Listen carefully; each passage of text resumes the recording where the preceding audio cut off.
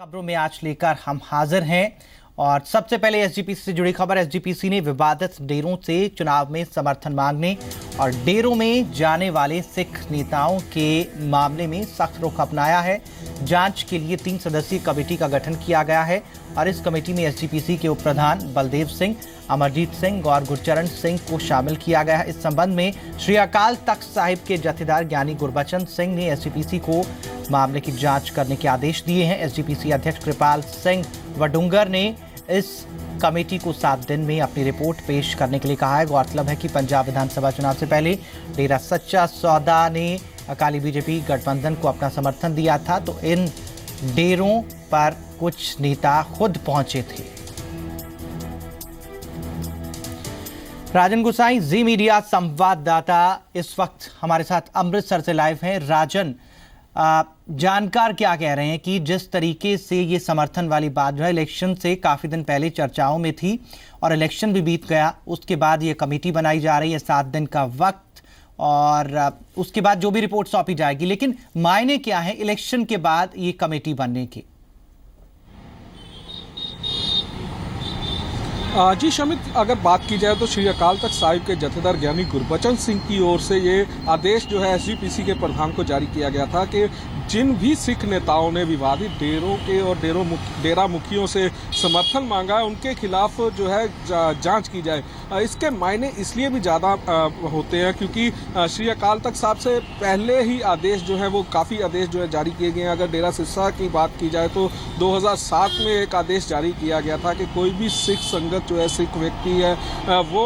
डेरा मुखी और डेरे से संबंधित जो लोग हैं उनसे किसी भी तरह का कोई भी सामाजिक और राजनीतिक संबंध नहीं रखेगा। तो ऐसे में अगर जब चुनाव के दौरान कुछ जो सिख नेता हैं, जो पार्टियां हैं, उनके मुखिया जो डेरा प्रमुखों के पास गए हैं, डेरा के जो समर्थक हैं उनके पास गए और अपना समर्थन मांगा है, तो ऐसे में जो है श्री अकाल तख्त साहिब के आदेशों की उल्लंघना मानी जाती है, जिस पर चुनाव संपन्न होने के बाद कुछ शिकायतें जो हैं श्री अकाल तख्त साहब के जत्थेदार को मिली थी, जिस पर उन्होंने संज्ञान लिया और एसजीपीसी के प्रधान कृपाल सिंह वडुंगर को जांच करने के लिए आदेश जारी किए थे। जिसके बाद अब श्रोमणी गुरुद्वारा प्रबंधक कमेटी ने 3 सदस्यीय कमेटी का गठन कर दिया, जो 7 दिन में अपनी रिपोर्ट जो है वो जो एसजीपीसी के प्रधान को देगी और एसजीपीसी के प्रधान वो रिपोर्ट जो है श्री अकाल तख्त साहब के जत्थेदार को सौंपेंगे।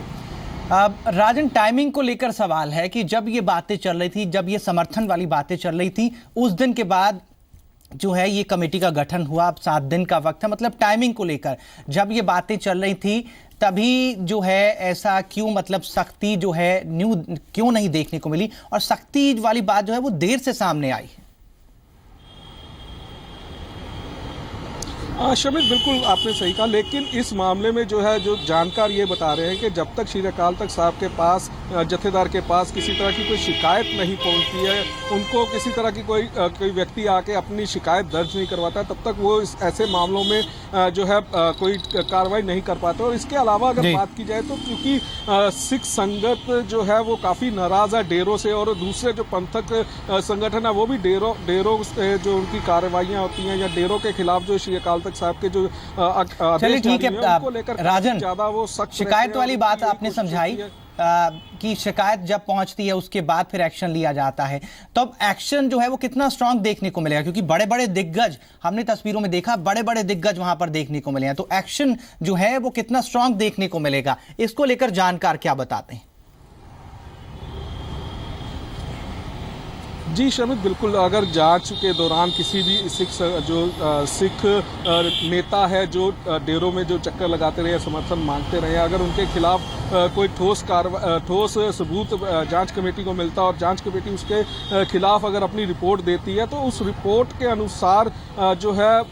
श्री अकाल तख्त साहब के जत्थेदार उन्हें धार्मिक सजा भी सुना सकते हैं, क्योंकि श्री अकाल तख्त साहब का जो आदेश होता है वो सिखों के लिए सर्वोपरि होता है, और अगर उसकी कोई उल्लंघना होती है तो उस पर पर जो है सिख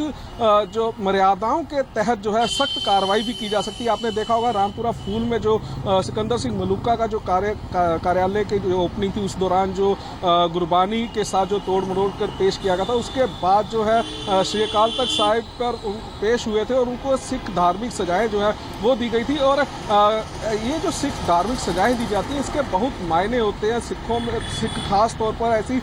शिकायतों पर और जो सजाएं दी जाती हैं उस पर काफ़ी ज़्यादा वो विश्वास रखते हैं और ऐसा माना जाता है। अच्छा, कि जब श्री अकाल तख्त साहब से राजन, आप कह रहे हैं कि विश्वास रखते हैं। एक छोटा सा आपसे रिप्लाई चाहूंगा कि आपने एक एपिसोड की बात की,